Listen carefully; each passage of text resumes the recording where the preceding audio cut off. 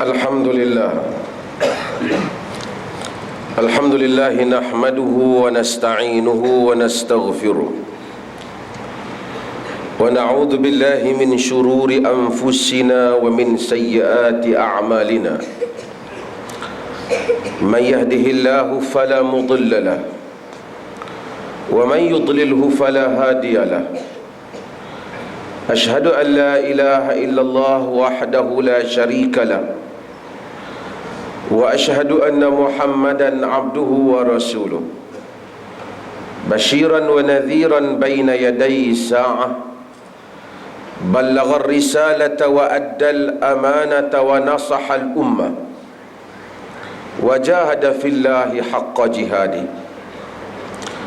Allahumma salli wa sallim ala habibina sayyidina rasulillah wa ala alihi wa sahbihi ajma'in, amma ba'd.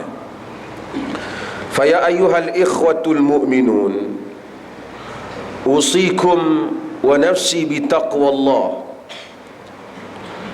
Qala Allah azza wa jalla fi kitabihil aziz, ya ayyuhalladzina amanu ittaqullaha haqqa tuqatih wa la tamutunna illa wa antum muslimun. Sidang Jumaat yang dirahmati Allah Azza wa Jal. Allah Azza wa Jal mengingatkan kita di dalam Al-Quran tentang pendekatan dakwah, bagaimana Islam itu boleh sampai kepada orang lain dengan cara yang berkesan. Allah menyebut, ud'u ila sabili rabbika bil hikmati wal mau'izatil hasanah wajadilhum billati hiya ahsan inna rabbaka huwa a'lamu biman dhalla an sabilihi wa huwa a'lamu bil muhtadin wa in 'aqabtum fa'aqibu bimithli ma uqibtum bih wa la in sabartum lahuwa khairul lissabirin. Maksudnya, serulah ke jalan Tuhanmu dengan hikmah, maksudnya dengan kebijaksanaan, dengan wisdom sesungguhnya, dan berdebatlah dengan hikmah wal mau'izatil hasanah, dan nasihatlah dengan cara yang baik. Wajadilhum billati hiya ahsan, dan berdebatlah dengan mereka dengan cara yang terbaik. Sesungguhnya Tuhanmu lebih mengetahui siapa yang sesat daripada jalannya, dan Dia yang lebih mengetahui siapa yang mendapat petunjuk. Jika engkau mengambil tindakan hukuman balas terhadap apa yang mereka lakukan, maka balaslah dengan kadar apa yang telah mereka buat kepadamu. Jika sekiranya kamu bersabar, maka yang demikian itu lebih baik untuk orang-orang yang bersabar. Allah Azza wa Jal apabila menghantar Rasulnya sallallahu alaihi wasallam, Nabi kita Muhammad sallallahu alaihi wasallam, Nabi yang terakhir, Allah berikan mukjizat yang terbesar, iaitu Quran. Mukjizat yang tidak dapat diatasi oleh mana-mana manusia dari segi kehalusan bahasanya, dari segi balaghahnya, dari segi inti kandungannya. Al-Quran mencabar orang-orang Arab pada zaman itu berulang kali supaya mereka membuat hanya satu surah yang sebaik Al-Quran. Wa in kuntum fi raibin mimma nazzalna ala abdina fa'tu bi suratin min mithlih wad'u syuhada'akum min dunillah in kuntum sadiqin fa in lam taf'alu wa lan taf'alu fattaqun nar allati waquduha an-nas wal hijara uiddat lil kafirin. Jika sekiranya kamu ragu terhadap apa yang kami turunkan kepada hamba kami Muhammad, maka datangkanlah satu surah yang sama seperti Quran.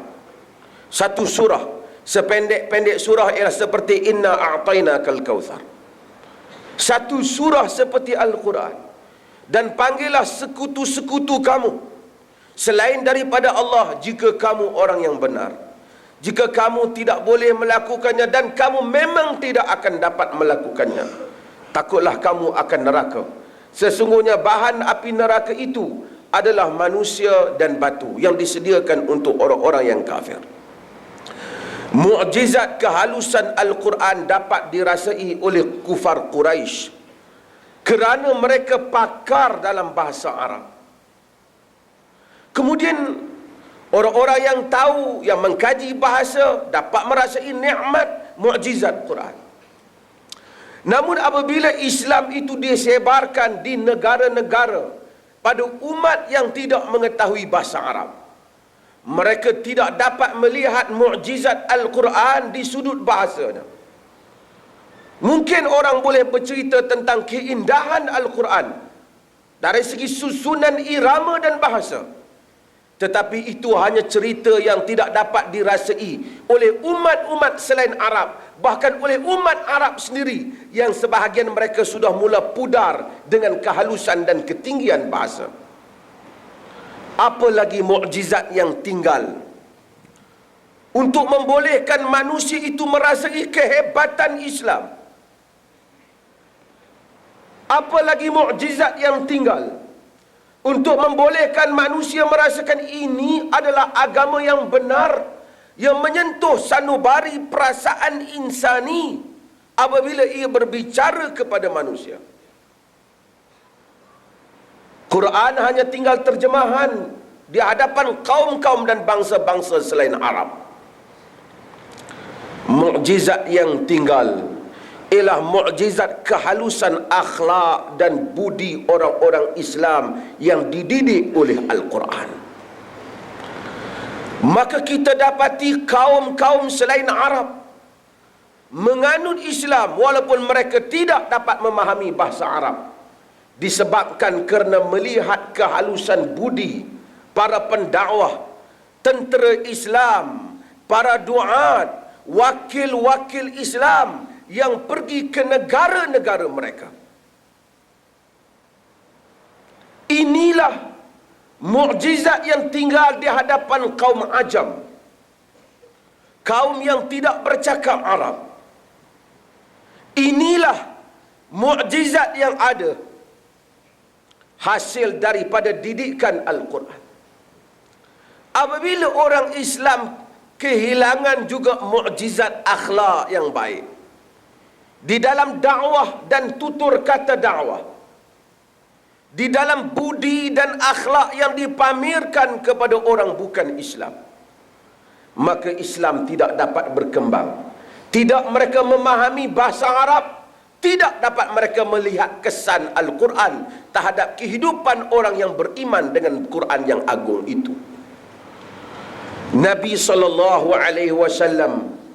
Al-Quran, sebab itu Al-Quran menyeru kepada dakwah dengan cara yang hikmah dan nasihat yang baik, hujah yang baik.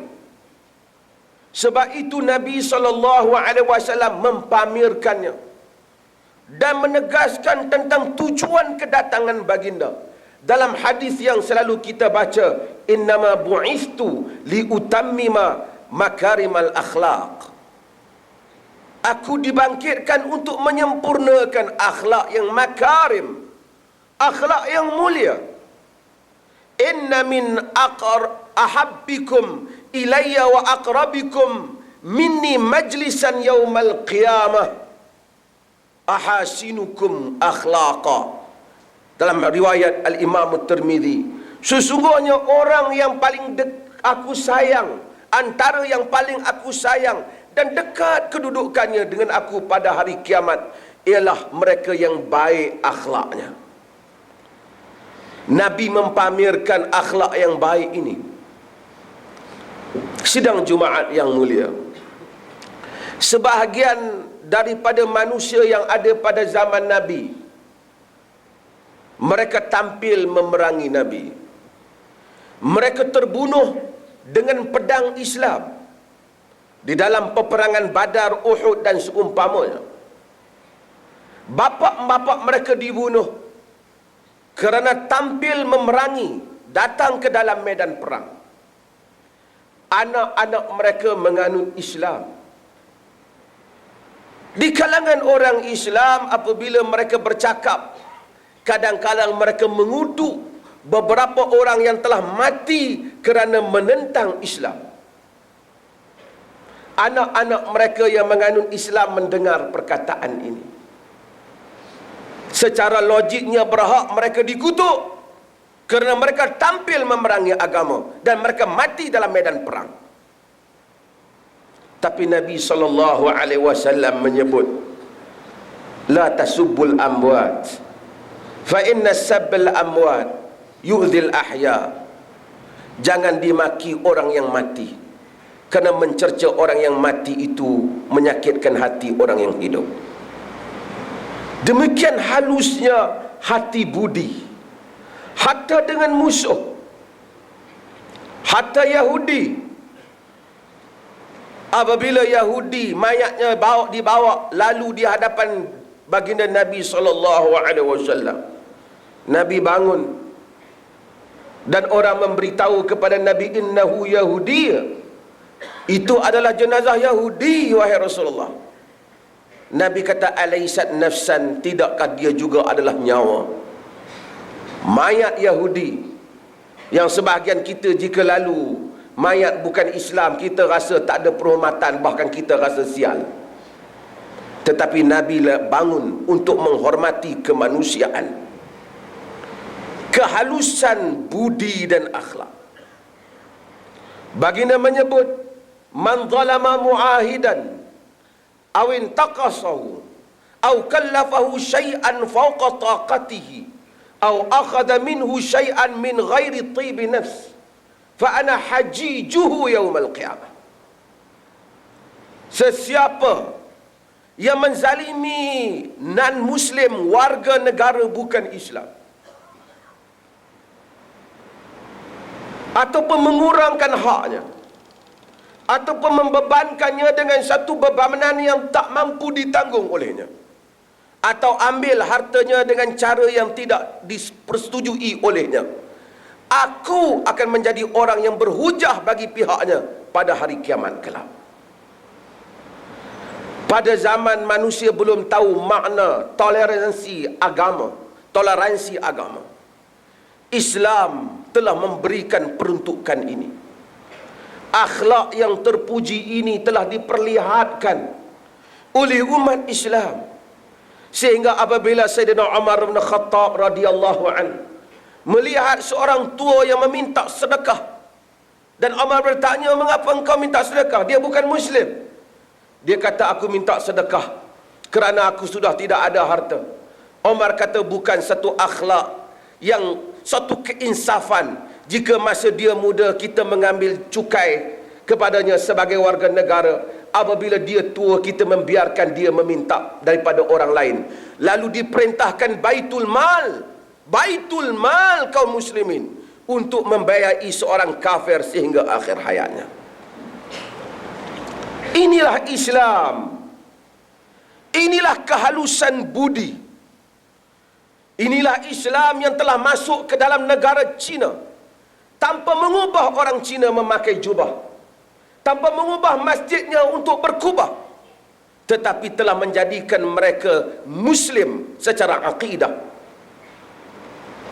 Agama yang paling pantas bergerak pergi ke India tanpa perlu menjadikan mereka itu berbudaya Arab, tetapi menjadikan mereka itu beragama Islam. Hatta kita dapati para ulama hadis, ashabus sunan, kitab tuan-tuan punya kitab sunan yang 6, kesemua mereka di kalangan bukan Arab. Hanya ulama berkhilaf tentang Imam Muslim, adakah dia Arab atau bukan Arab. Selainnya bukan orang Arab. Maulana Abul Hasan Ali An-Nadwi menyebut dalam penulisannya, kaifa dakhala al-arabu tarikh, bagaimana orang Arab dapat memasuki sejarah, menceritakan bahawasanya bahasa Arab telah wujud sebelum kedatangan Nabi. Pahlawan-pahlawan Arab sudah wujud sebelum kedatangan Nabi. Keindahan syair mereka sudah ada sebelum kedatangan Nabi. Tetapi mereka tidak memasuki pentas sejarah melainkan dengan kemuliaan Islam. Maka marilah kita mempamerkan kemuliaan ini semula.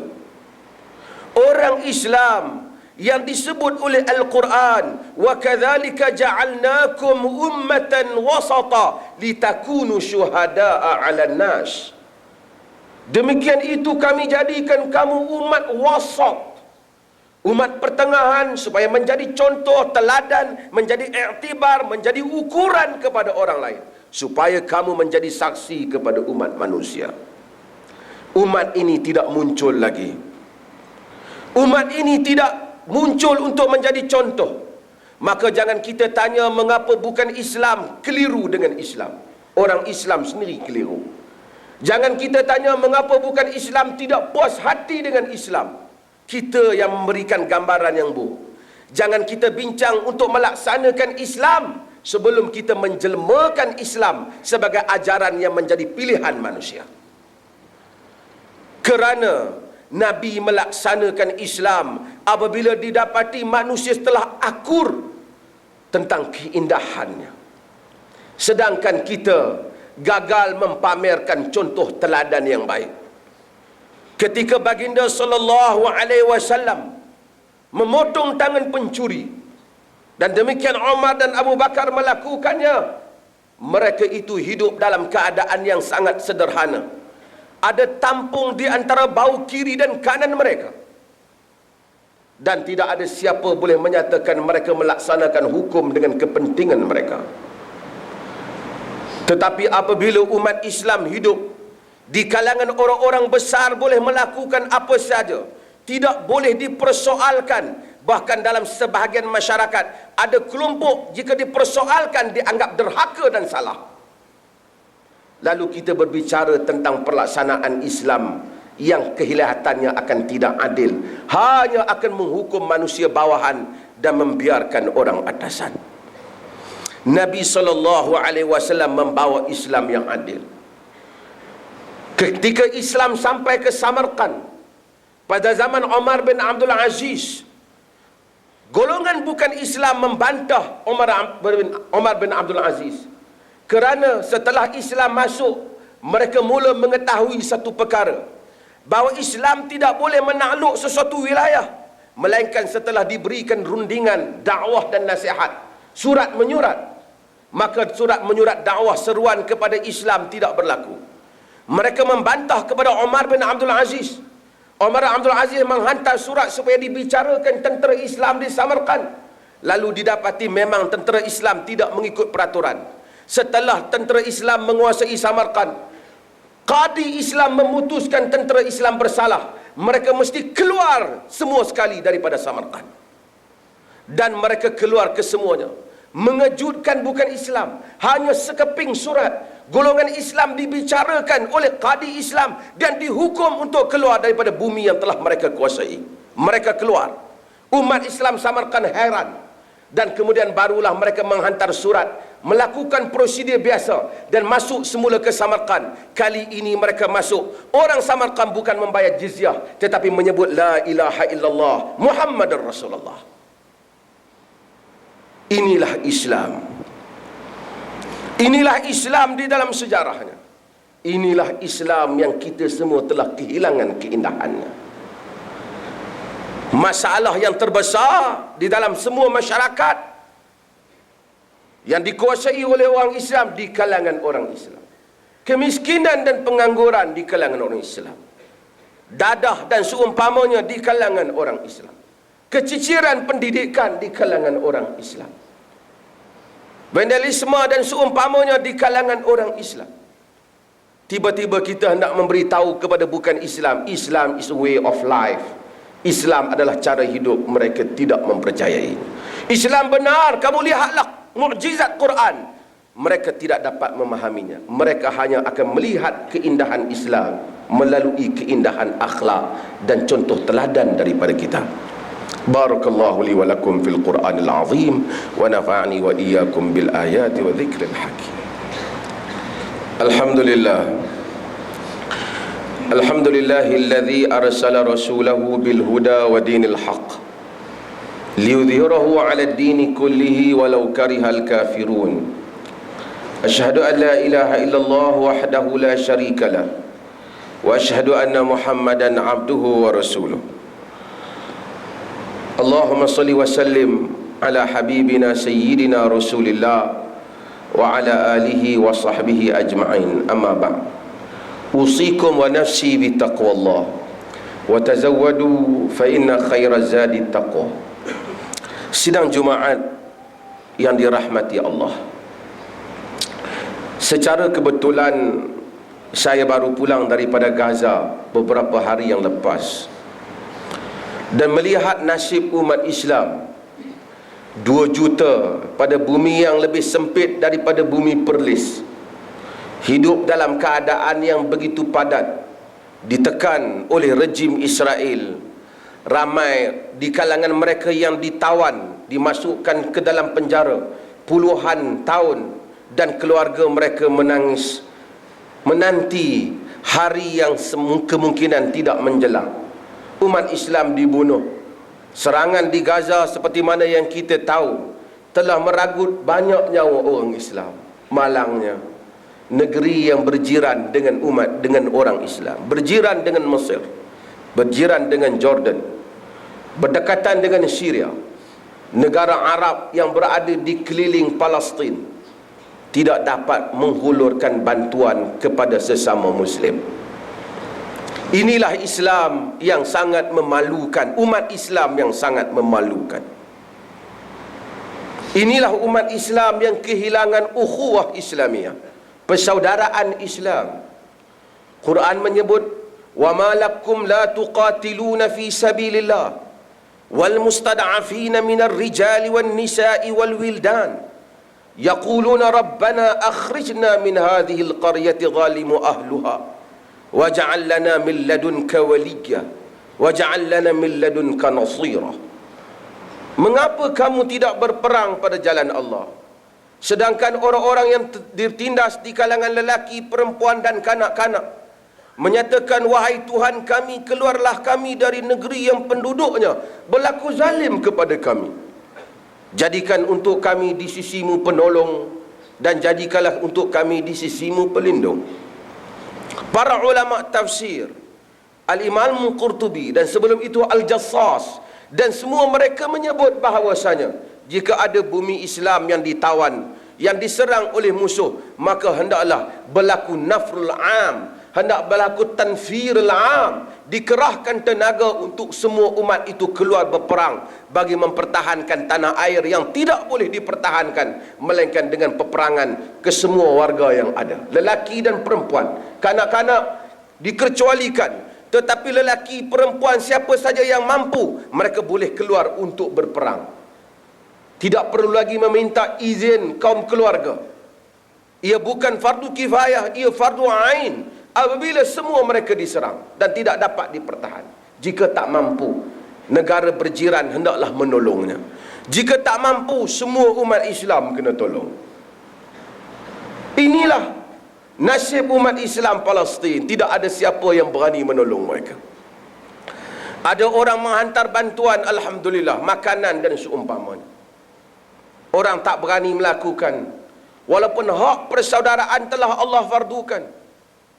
Nabi menyebut, masalul mu'minina fi tawaddihim wa tarahumihim wa ta'atufihim kamasalil jasadil wahid idza ishtaka minhu 'udwun tada'a sairul jasadi bisahri wal humma. Rawahul Syaikhan muttafaqun alaih. Bandingan orang mukminin pada kasih sayang, tolong menolong, bantu membantu antara mereka bagaikan satu jasad. Kalau satu anggota mengadu kesakitan, seluruh badan akan berjaga malam dan demam. Tapi umat Islam menangis. Wanita mereka dibunuh, lelaki mereka dihancurkan, kanak-kanak dibom. Orang Islam masih boleh tersenyum, bersorak dan bertepuk di dalam berbagai-bagai permainan dan kemeriahan, dan melupai tanggungjawab yang telah Allah fardukan Innamal mu'minuna ikhwah. Sesungguhnya orang mukmin itu bersaudara. Rintihan tangisan air mata yang berlaku terhadap umat Islam daripada negeri ke negeri. Dan jika kita membiarkan orang lain, satu hari juga kemungkinan berlaku pada diri kita, dan tidak ada siapa juga yang menolong kita. Allah telah mengenakan ujian yang begitu dahsyat kepada orang Islam di atas kecuaian mereka. Yushiku an tada'a alaikumul umamu kama tada'al akalatu ala qas'atiha. Qalu amin qillati nahnu yawma idhin ya Rasulullah. Qala la bal antum yawma idhin kathir walakinnakum ghusa ka ghutha'is sayl. Nanti umat manusia akan berkumpul mengambil tindakan kepada kamu seperti mana orang hadir untuk menjamah hidangan makanan, qas'ah, bekas yang dimakan oleh beberapa orang. Sahabat bertanya, amin qillati nahnu yawma idhin ya Rasulullah. Adakah kerana kita sikit pada masa itu? Nabi kata tak, masa itu kamu banyak, tapi banyak bagaikan buih di air. Demikianlah hakikatnya kita. Hadis diriwayatkan oleh Abu Dawud dengan sanad yang hasan. Allah Azza wa Jalla memuji kita dan mengingatkan kita tentang hal ini. Marilah kita beristighfar, memohon keampunan atas kecuaian kita terhadap hak kaum muslimin. Memohon keampunan di atas apa yang kita cuaikan dan lupakan, di atas tanggungjawab yang Allah akan bertanya kita mengenainya pada hari kiamat kelak. Mudah-mudahan diberikan kekuatan kepada umat Islam di seluruh dunia. Saya memetik kata-kata seorang yang dianggap teroris, sama ada benar ataupun salah, wallahu ta'ala a'lam. Dia menyebut bahawasanya mungkin dirinya sendiri itu kita tak tahu hakikatnya, tapi perkataannya yang dirakamkan oleh Al Jazeera saya sebut, dan kita patut juga berfikir apa yang beliau kata. Ayyuhal gharb ala ayyi madhhabikum antum dima'ukum dima' wa dima'una ma. Wahai barat, di atas mazhab apa kamu ini? Darah kamu dinilai darah, darah kami sentiasa dinilai bagaikan air. Jika ada seorang dua kaum bukan muslim yang mati, mereka bersatu mengambil tindakan, dan kita hormat, itulah sikap kemanusiaan mereka. Tetapi matilah 100-200 orang Islam, kita hanya boleh melaporkan angkanya sahaja. Alangkah murahnya darah orang Islam, lebih murah daripada darah beruang yang dipelihara di China. Jika seekor beruang di China mati, dia akan dilaporkan di dalam media, dan berbagai persatuan alam sekitar akan memberikan perhatian mengenainya. Tapi matilah orang Islam di Burma, di Filipina, di Palestin, di mana saja, tidak ada orang yang bising, melainkan sehari dua, dan orang Islam hanya boleh mengkritik, kemudian mereka melupakannya sahaja. Semoga Allah mengampunkan kita semua dan diberikan kekuatan dan keinsafan kepada kita tentang hak kaum muslimin. Allahumma ghafiril muslimina wal muslimat wal mu'minina wal mu'minat al ahya minhum wal amwat. Allahumma ansuril islam wal muslimin wa ahli kafarata wal munafiqin a'da'aka a'da'ad din. Allahumma rudda kaidahum wa farriq jam'ahum wa shattid kalimatahum wa zalzil aqdamahum wa sallit alaihim kalban min kilabika ya qaharu ya muntaqim ya zal jalali wal ikram. Allahumma ya munzil al kitab wa ya mujri as sahab wa ya hazim al ahzab ihzimhum wansurna alaihim ya rabbal alamin. Rabbana atina fid dunya hasanah wa fil akhirati hasanah wa qina adzaban nar. Barakallahu li wa lakum fil Qur'anil azim wa nafa'ani wa iyyakum bil ayati wa dzikril hakim wa taqabbala minni wa minkum tilawatahu innahu huwas samiul alim.